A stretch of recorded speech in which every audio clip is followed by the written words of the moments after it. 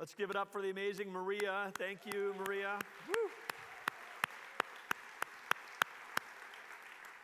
Good morning, West Fargo. Good morning, innovators. It's so fantastic you're all here. We've got so many people to share gratitude with right away, but I do want to give it out for West Fargo. I know Superintendent Beth Sleddy, Cheney Middle School Principal Amber Rudolph. There's school board members here from West Fargo. Of course, the custodial staff and everybody that's getting ready for school next week, but helping us put this on. We got a bunch of student volunteers. I know here from West Fargo Public Schools. I even saw the business manager, Levi Bachmeyer, as the chief parking attendant out there this morning. But I want to thank all of you from West Fargo. Thanks for this great space for all of us to gather. Let's give it up for the whole West Fargo team.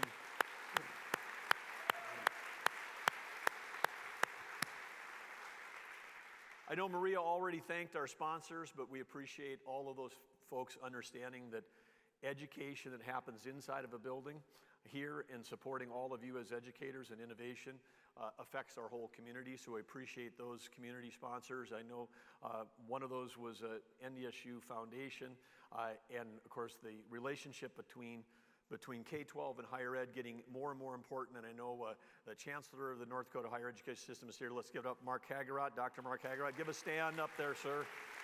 Thank you for being here.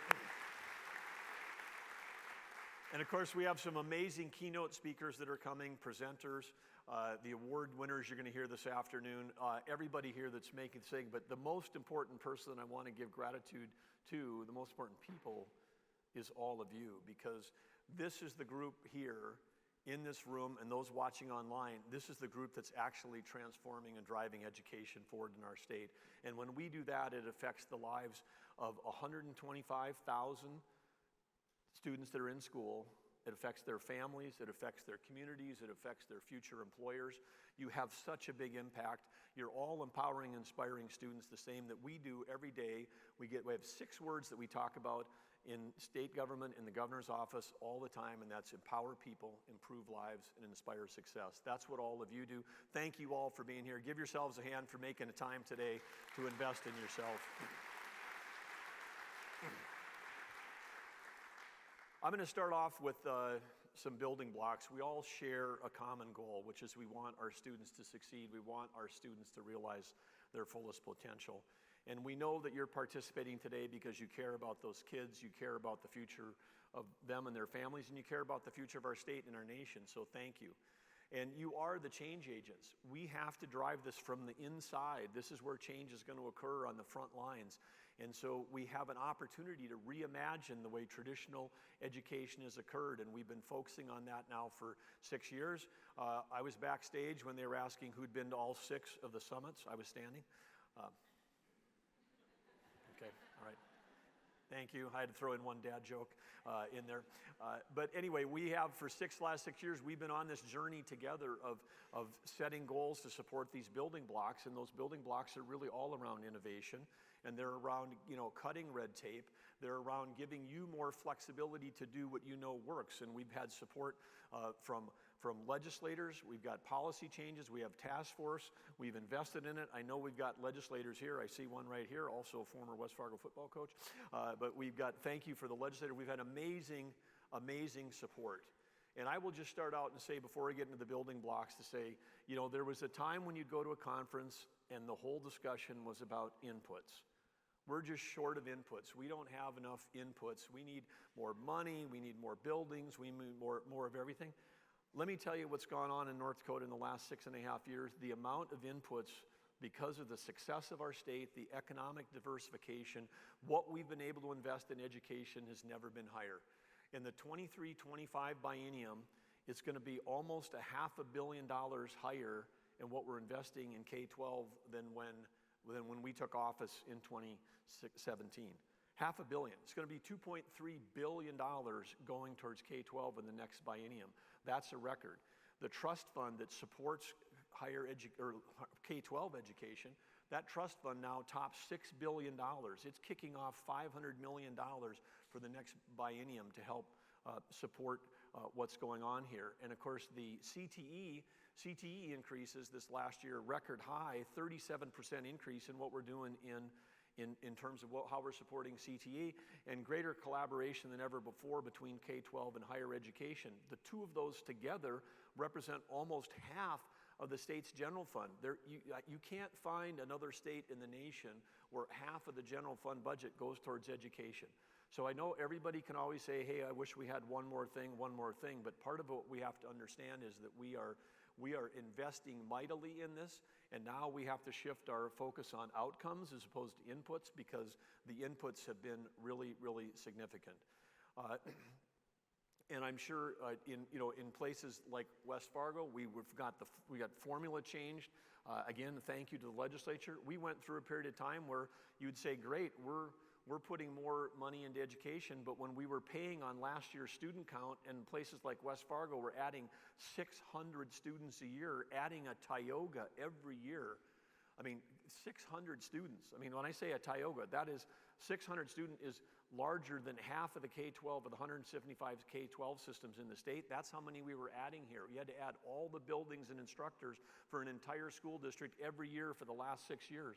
You know, I can understand sitting in this district, you'd be like, wow, we don't have enough resources. We now have moved towards getting the payment to occur for the students you have as opposed to the students you had last year, and that on-time student payment is going to make a huge difference for places like this.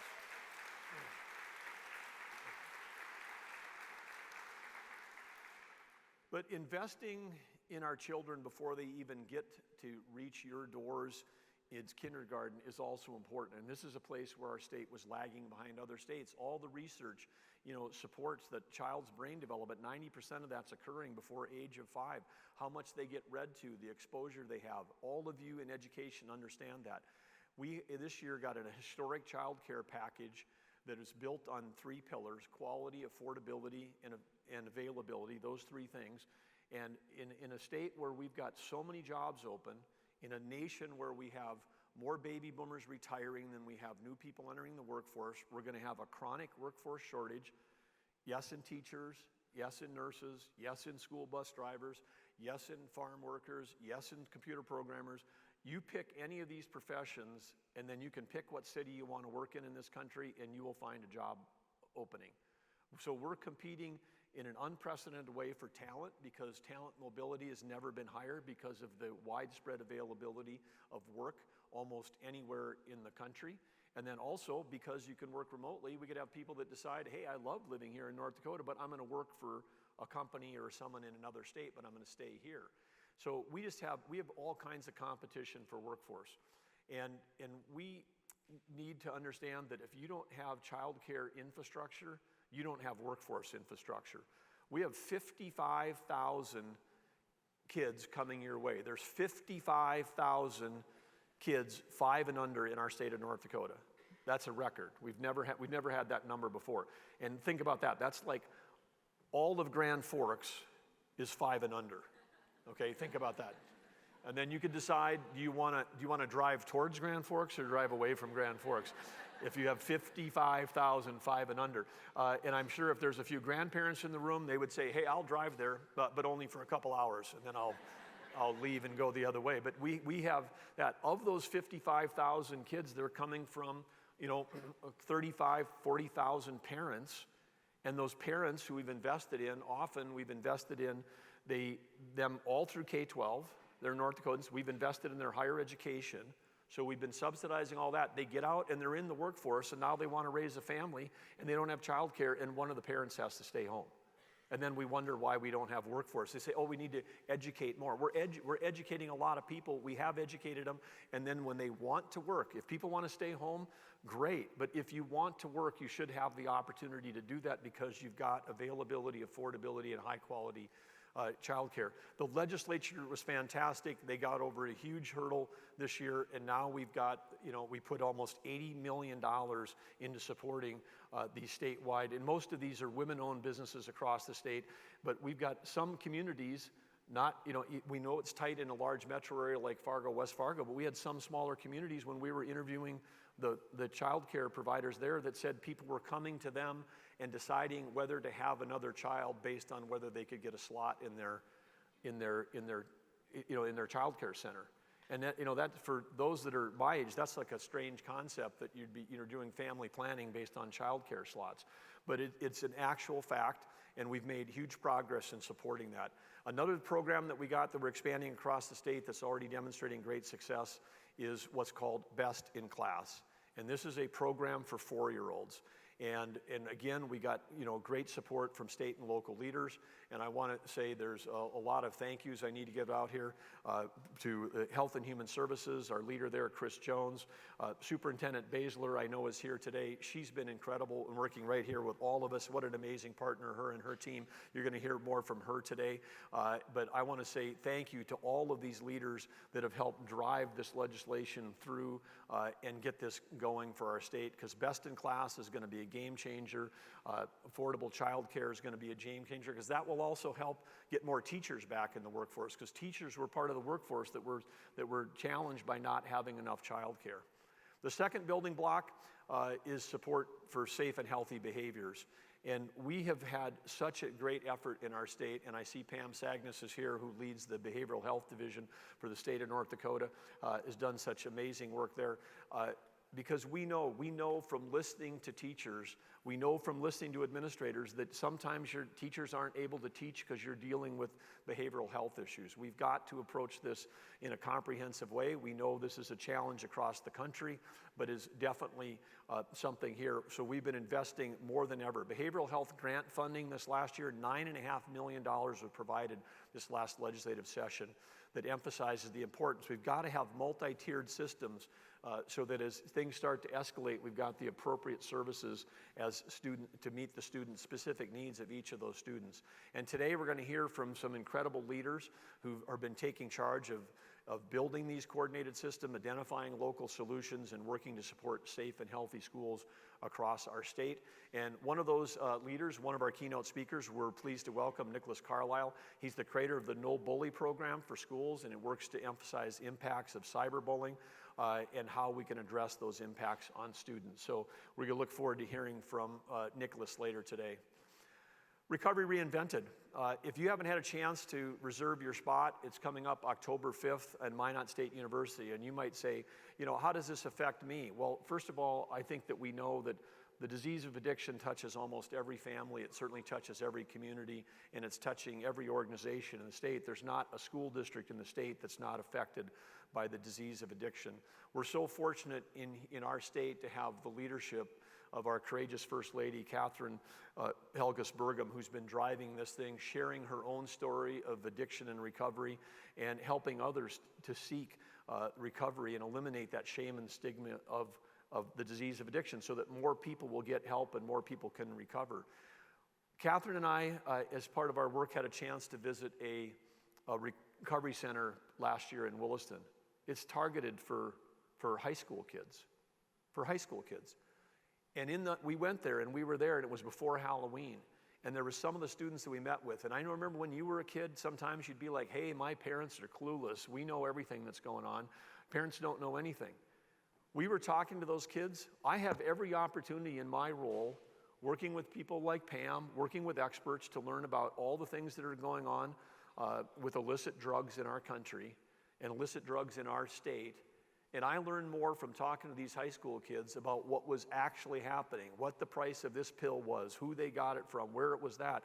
One of them was worried about their younger sister, who was 13 years old, because coming into Halloween, they thought that she might end up with some rainbow fentanyl, which looks like sweethearts, and then have the same fate that 300 people do a day in our country. 300 people a day are dying of overdoses in our country.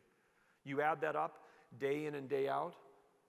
In the last 2 years, 21 and 22, that's the equivalent of 4 Vietnams. We've lost 220,000 people to overdose deaths in this country. We're taking mass casualties, and if there was on the front page that 300 people died in an airplane crash today, 300 more tomorrow, 300 more on Thursday, 300 more on Friday, every day a plane went down with 300 people on there, do you think we would demand change? I think we would. But when this is happening one at a time to a son, a daughter, a niece, and a nephew, and we're not doing anything about it, it is something that just tears at my heart, tears at Catherine's heart, that we have to do something about that. And part of that can start, the safe and healthy environments that we can create in schools can literally help save lives. So again, stay curious about your kids and stay curious and learn about what it is that they're facing and the challenges that they are relative to, because it's, when in our age, somebody had an issue, yeah, maybe they get drunk, on a Saturday night or something. This is something where one pill can kill you.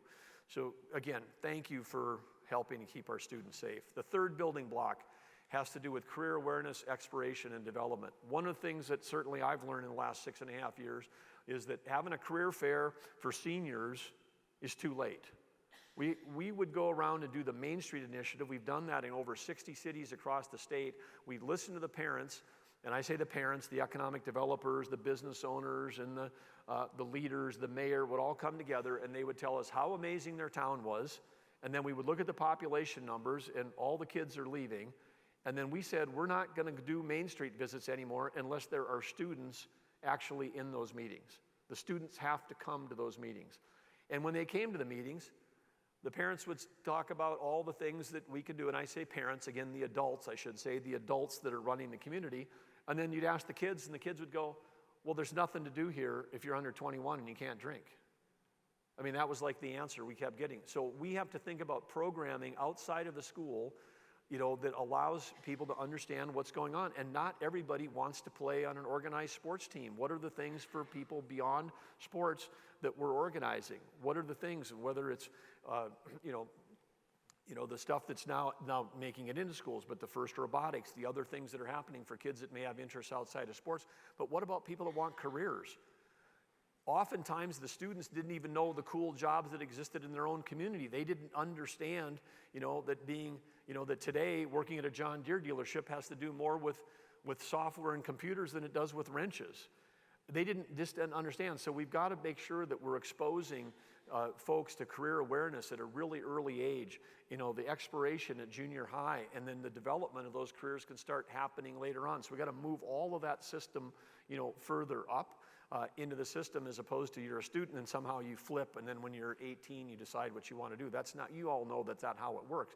But working with Superintendent Baszler, North Dakota's got a super unique framework, which other states, when they hear about it, are like, wow. And that's just, it's simple, it's choice ready, which is we want to make sure in our state, when you're a senior, by the time you've reached there, you've had this exposure, you've had this awareness, you've had the exploration, and you've had a chance for development, that you're choice ready. If you want to go, to college, you're ready to go to college. But if you want a career, in a technical career where you can have an amazing, great job with high pay and no college debt, that you can do that. And by the way, if you want to go into the military, which is a fantastic option for a lot of people, but one of the things that was shocking to me was a lot of our students coming out of 12th grade in North Dakota couldn't qualify for the military. Everybody thinks that's the lowest tier, the lowest tier on the thing. No, they couldn't pass the entrance exam, they couldn't pass the physical exam. And so we have to make sure that if we care about our students, we have to make sure that when they are ready to leave our K-12 system, they can make the choice that they want to make, that they can be career, college, or military ready.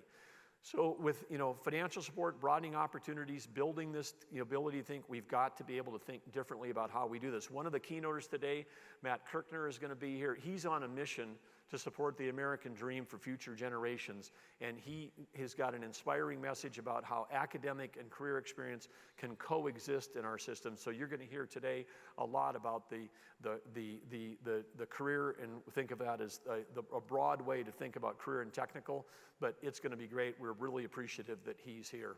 The fourth building block has to do really with you, with quality educational personnel. This is something that we continue to strive for. And of course, it's been in the news just in the last week because we got a shortage of teachers heading into the fall system.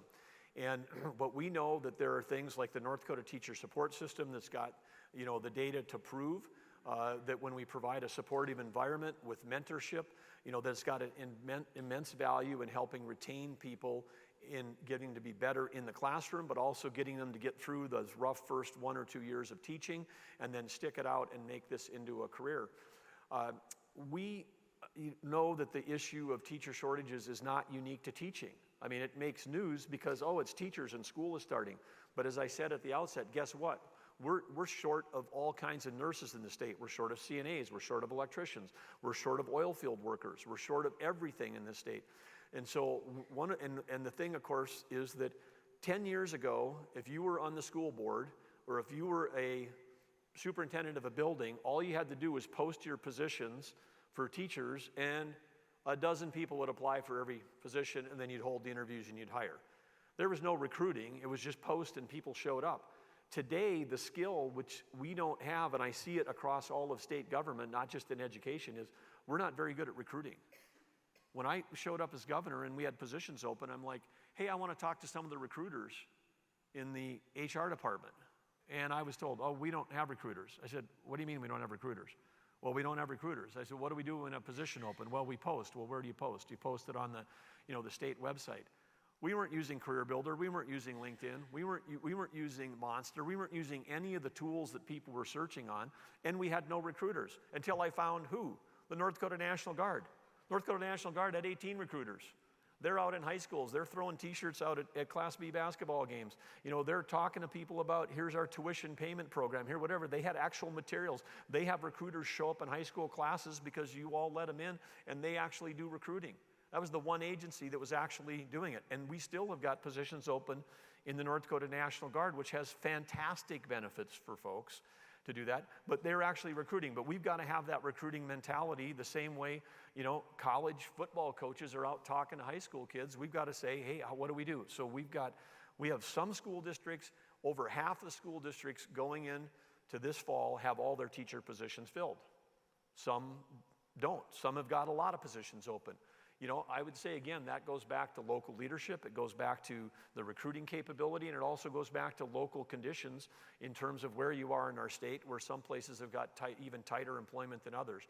We announced that we're going to create a task force for this thing. It's not the task force job to solve this thing, and the task force is to identify policy changes, cut red tape, help on recruitment and retainment strategies, because in the end of the day, this is a local thing. The executive order that I signed last week that allows student teachers to start teaching a little bit sooner with the right mentorship, with the right approvals from their college, and if they've completed all of their educational requirements, et cetera, they can do all that, but it's up to the local school district if they want to take that option.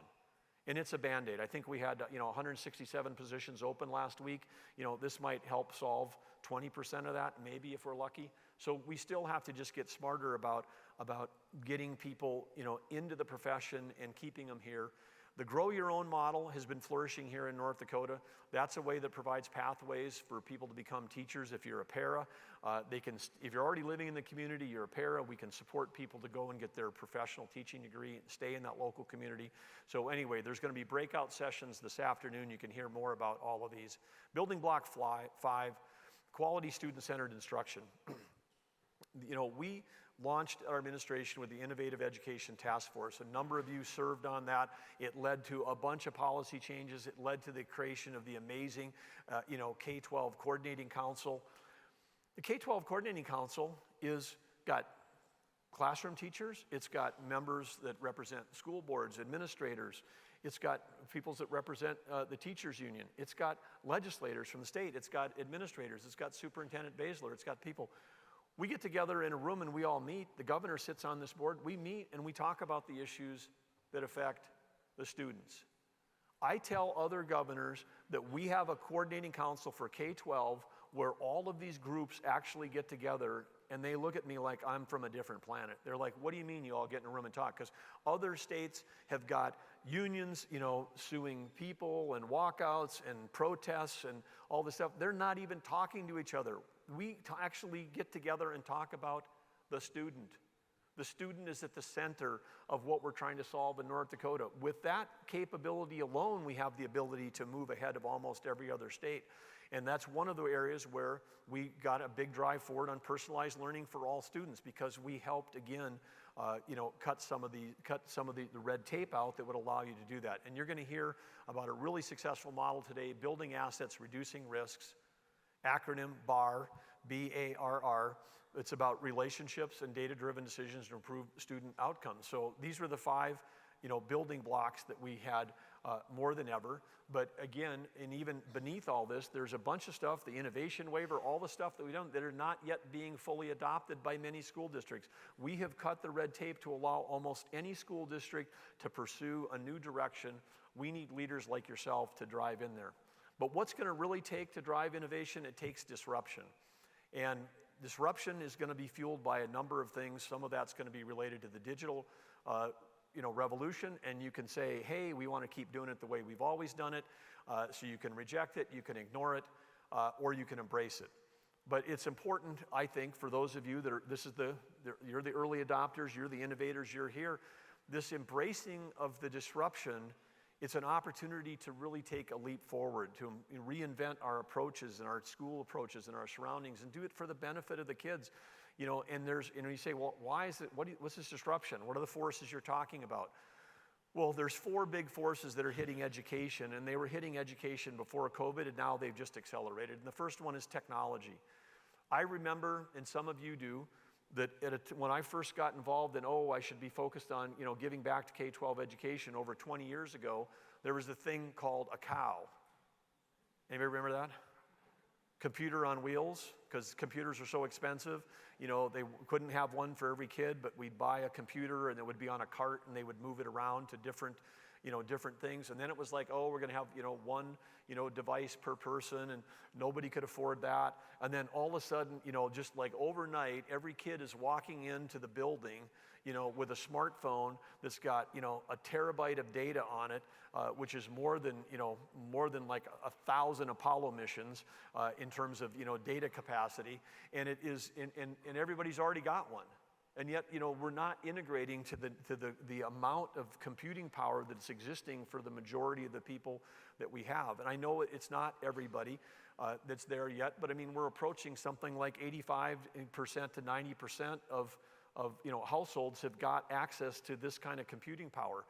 And in North Dakota, we've got the highest amount of connectivity. Going into COVID, there was only 1% of households in the state that didn't have access to broadband. We had the highest percentage of any state in the nation of connectivity for that. And I know that you're not, I hope he's not talking about remote, that doesn't work, et cetera. I'm just saying there are channels for information that exist. And on those channels, instead of saying, well, this didn't work 2 years ago, I want you to think ahead 2 years. I want you to think ahead about the fact that with artificial intelligence, that on any device, anywhere, anytime, a student can get an answer to just about any question. And they can have it write a report. And if they don't like it in English, they can get it written in 26 other languages. And if they don't like to, they're not interested in coding, they can ask the free app to code for them. And by the way, it's free. How would all of you who feel you're overworked and underpaid would like to have an assistant that shows up tomorrow at work with you, and sitting next to you, you've got an assistant for free that can write drafts of any document you want to have, reports you need to do, it can answer tough questions, and then it can do it in 26 different languages if that's a requirement of your job. I personally don't know anybody that knows 26 languages and can code and can write papers in a minute. I don't know anybody like that, but now there's something for free and all of us can tap into it. This is a group that needs to understand if you're not fluent in and that's AI from the version that got released in January. The version that's coming out later this year could be 10 times more powerful than the thing that I'm actually talking about. And so there is a revolution that's happening faster than ever before. There was 100 million users on ChatGPT in less time than a smartphone, a laptop, or the internet. It's the fastest adopted new technology ever. If you are not spending a few minutes, go play with it and understand, then you can understand that there's a rapid change coming here.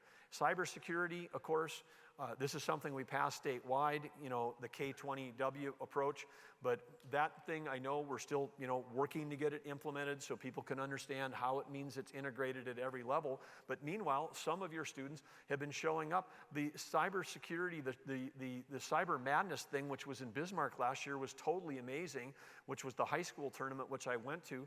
Kids from across our state doing stuff that I'm sure none of us could do. competing against each other to battle against cyber attacks and doing it in a timed basis, like in a real world scenarios, because this matters, because the state of North Dakota, we are under attack every day by state-sponsored cyber attack.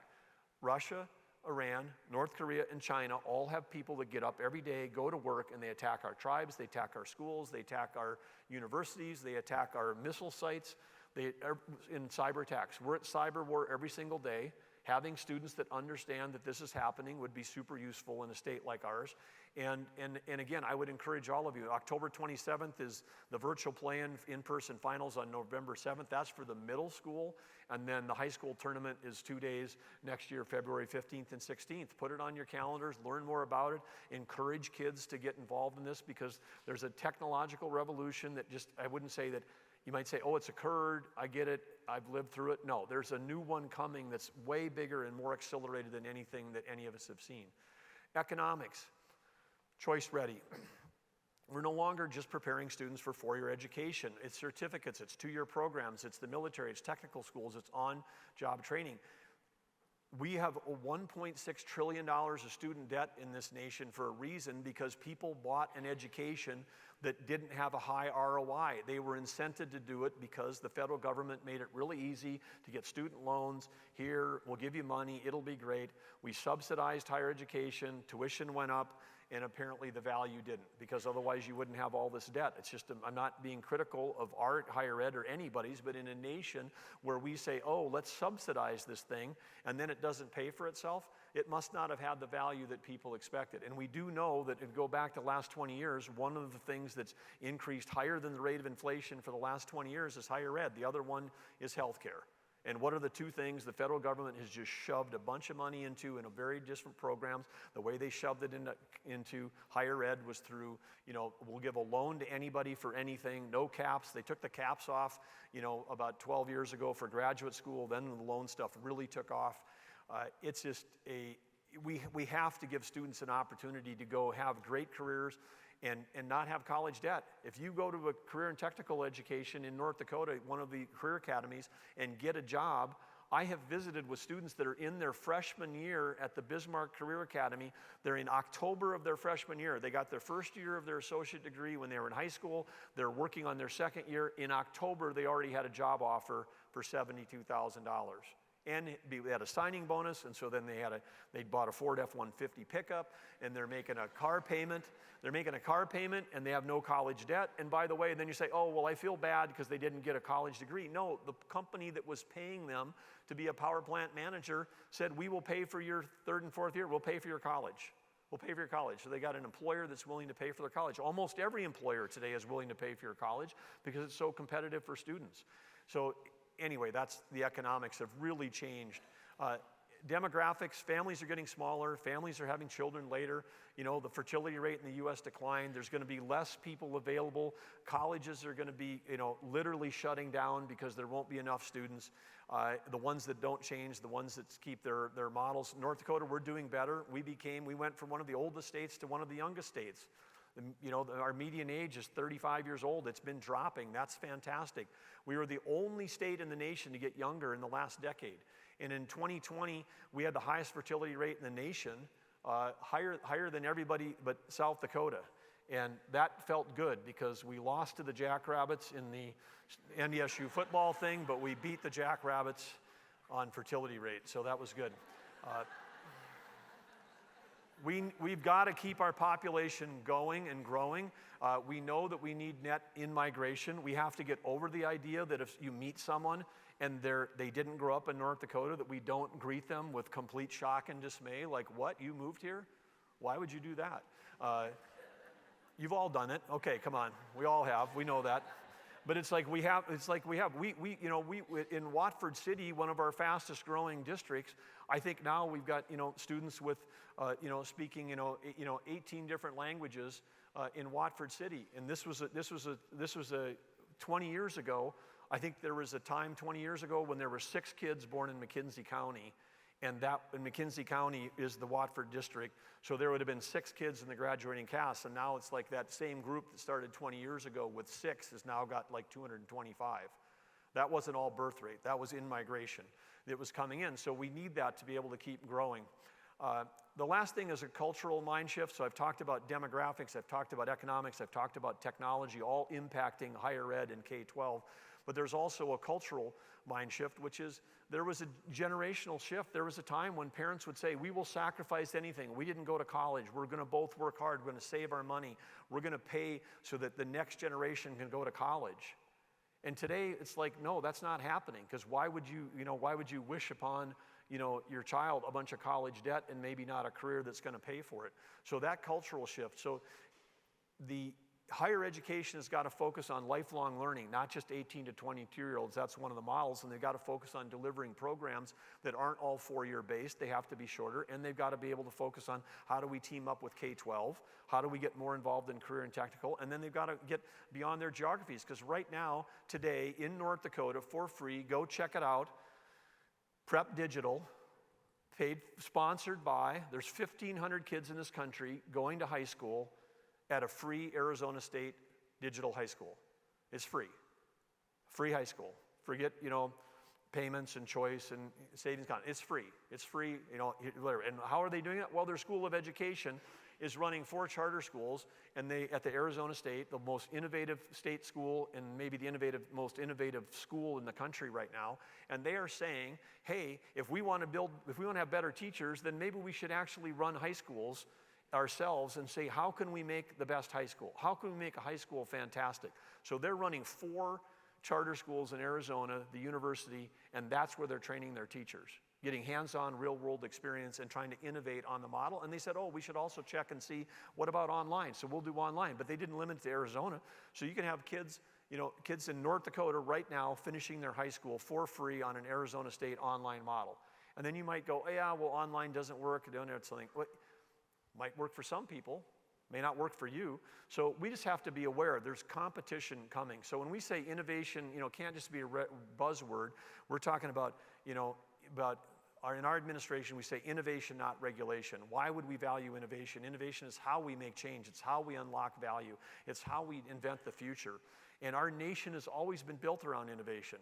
So how we do school, how we do it, it requires a shift. It needs a shift. The delivery of education, the experience in and outside the school, the expectations have to change. Students today with those devices can sit at home and they could watch amazing, YouTube lectures. You could watch TEDx talks. I mean, there are so many ways that you can get educated today, and you have not even gotten out of bed. Okay, you can just get all that stuff. There's competition out there for what we're doing.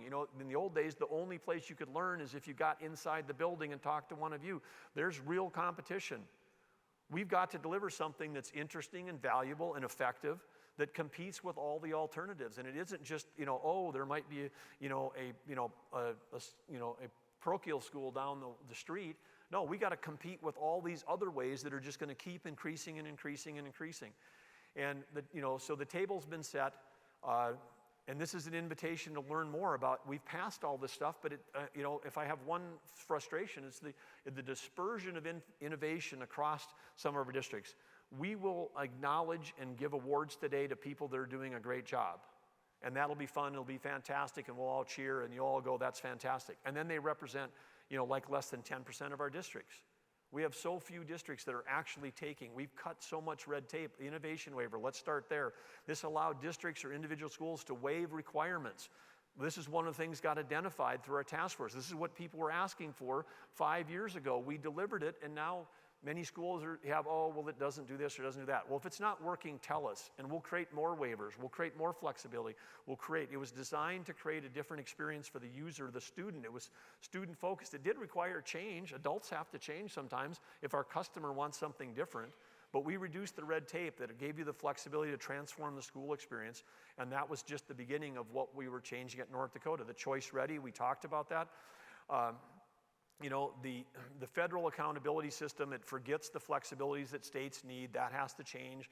We've got it, the one-size-fits-all federal thing doesn't work for almost anything, really nothing that I can think of, because our country is so diverse and so broad. So we'll keep fighting, pushing back on the feds. But in 2018, this framework about the the choice ready framework is become an evolving document. It brings higher education, industry, military, K-12 all to the table to support these multiple pathways to college and career and community.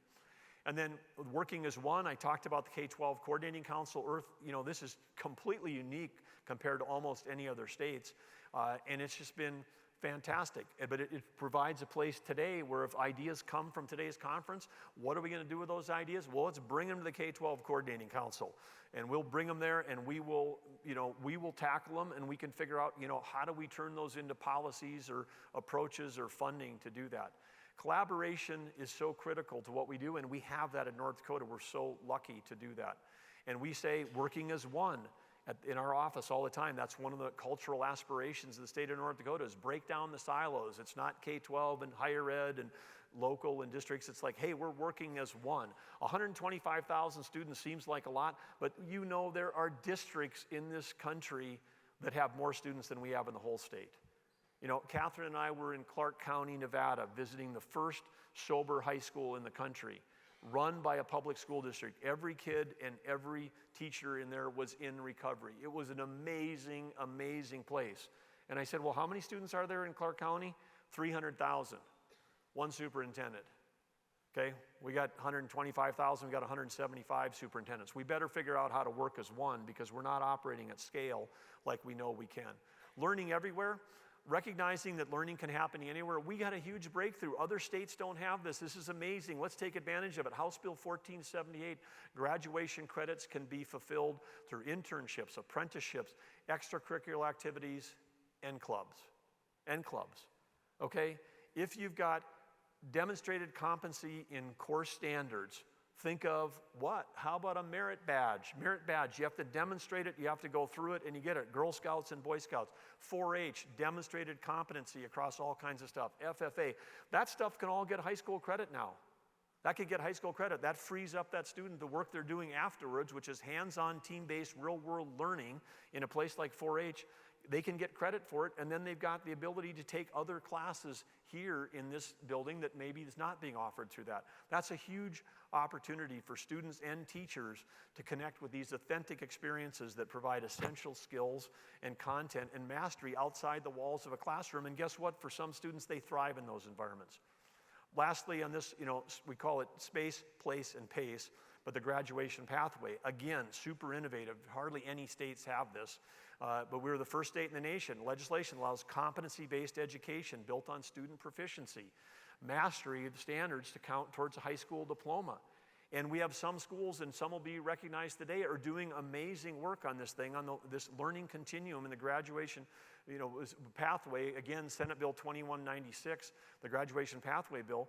This took a 4-year effort, collaborative effort for authentic learning and flexibility to support students to achieve graduation in something other than butts and seat time, and here's the number of credits you need across these areas.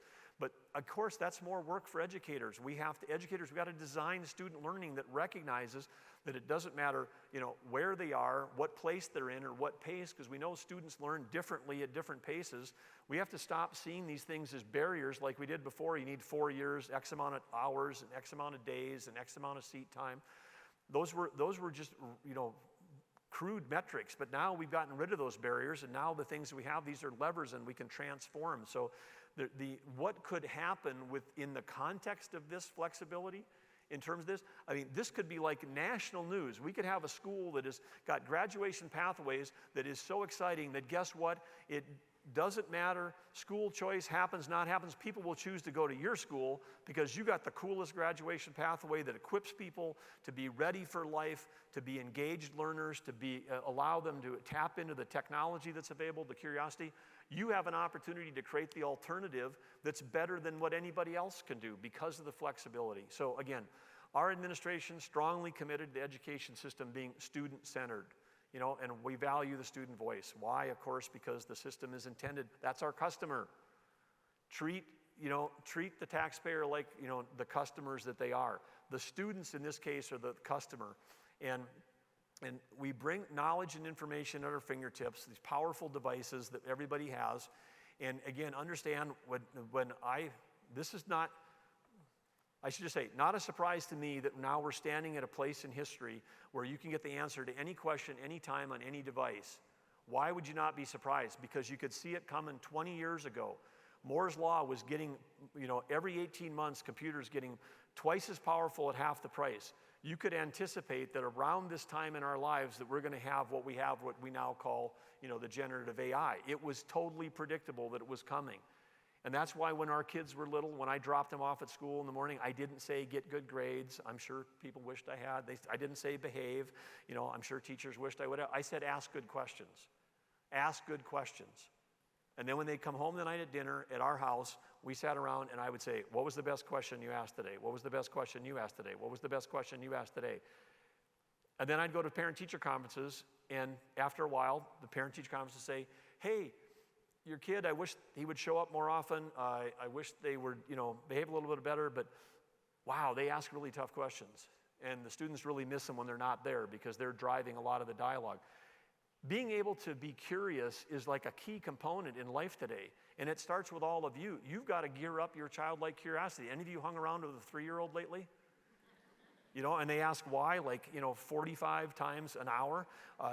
That kind of curiosity, because you can just plug that in. Who can write the best query into a chat GPT? Who can write the best query? That's the class we ought to teach, is how do you write a great query? Because, giving that tool to people and then tapping into their curiosity. Anyway, there's other opportunities to hear from students other than just listening to them individually, but start a student cabinet. There's many of our districts that don't have student cabinets. Superintendent Baszler has been a national leader in having student cabinets. She has got kids of elementary school on up, and she listens to them because they're the customer. It's fantastic. It is best practice. It costs nothing. You don't need a grant. You don't need more money from the state of North Dakota. Listen to the students. Shadowing a student. This is available to everybody. If you're a teacher, you're probably like, I don't need to do it because I'm in the classroom every day. But if you're in the classroom teaching every day, you're not really experiencing what the student is experiencing. Think about it, even if you're a teacher. Think about taking a day off, going to a different school, and then just going to every class. When the bell rings, you got 3 minutes to get down the hall. Well, when I was doing this last year in Solon High School with Laney Bell Minor, again, great learning for me, like I'd done with Phoebe before at Hazen. But I had an opportunity to do the whole thing. I mean, go to class, understand that a lot of things, some things have changed, some things haven't changed. Yes, now we don't have overhead projectors like we had when I was in school. We've got a computer that projects on the wall. That's not really a change. It's just a different projector. The whiteboards are whiteboards instead of chalkboards. I'm dating myself. But it is it was still, butts in seats, bell rings, go down the hallway. And then when we had to go to gym, and then I'm like, oh my goodness, I left my basketball shoes in the car, and then I'm running, and then I'm late for gym class, and I'm getting in trouble. Anyway, and then we were playing a lightning round of basketball, and I came in second. That was disappointing. But it was all that was fun. But with Lainey, I got a chance to see what her life was about from her perspective, her friends, her family. I got to see that there was, kids, in that classroom that were literally laying on the floor taking a nap, and the teacher was letting them because they knew that they didn't have a place at home where they could get good sleep.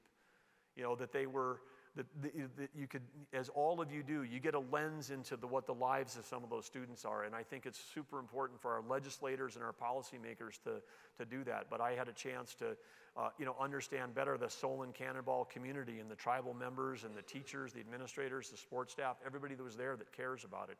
And I also saw that how much more we can all do, and it's super motivating to do that. But as we think about student voice being part of the decision-making process, we've got to come back to what I said at the beginning about our resources. It's our strategy needs to drive the budget to achieve outcomes. Strategy's got to drive outcomes as opposed to budget driving strategy, not the other way around. And so when we think about competition, again, competition is going to come from sources like just organically from people at home with all the devices and all the other places to get it. And we may have competition because we have other states around the nation that are passing school choice bills, which are intent is to drive competition, to give students choice to do that. And that's a potential future for our state as well. But we need to think about, if you're anticipating that, rather than waiting for it to happen, how do you create the best competitive offer? And one of the things that we used to say in the private sector was, if you're a car company, if you're a tractor company, if you don't think of yourself as a software company, you're going to get disrupted by one. We used to say that 20 years ago. Now what happens? Cars are computers and software on wheels. Tractors are computers and software on wheels. Hospitals are filled with software. One of the places that has not adopted, this mentality about all the systems, I mean, there's tools that show up sometimes on your laptops, but we have to think about how that transformative things need to think about all of how we deliver, the space, place, and pace activity. So competition can be scary, but it's actually, disruption is good. It forces us to adopt and innovate. The best processes and the best advances have come when there's been actual competitive forces that are happening.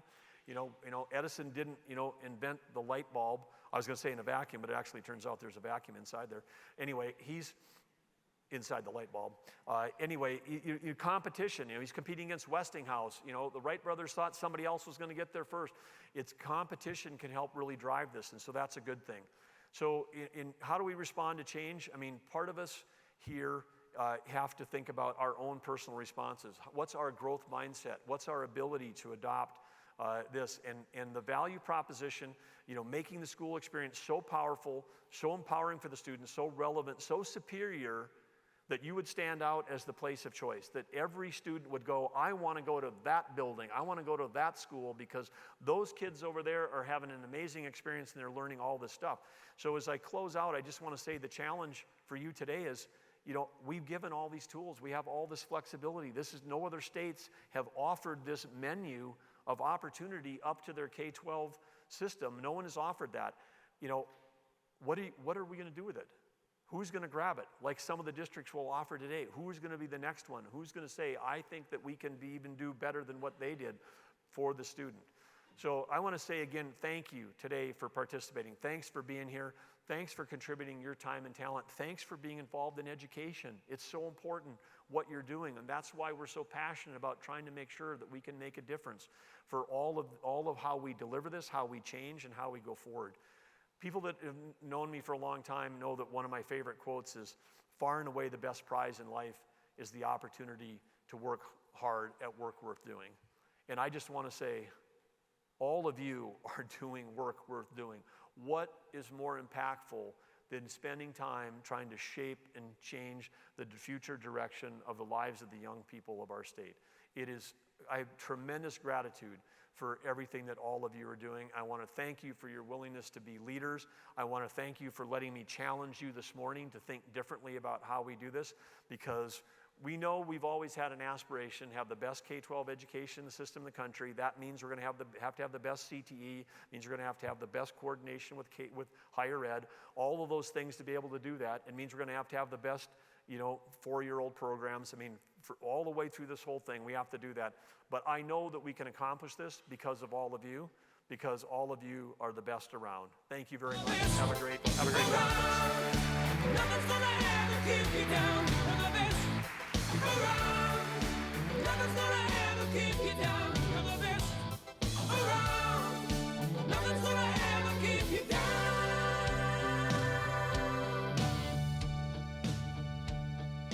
Fight till the end, 'cause your life will depend on the strength that you have inside you. Oh, you gotta be proud, staring out in the crowd when the odds in the game defy you.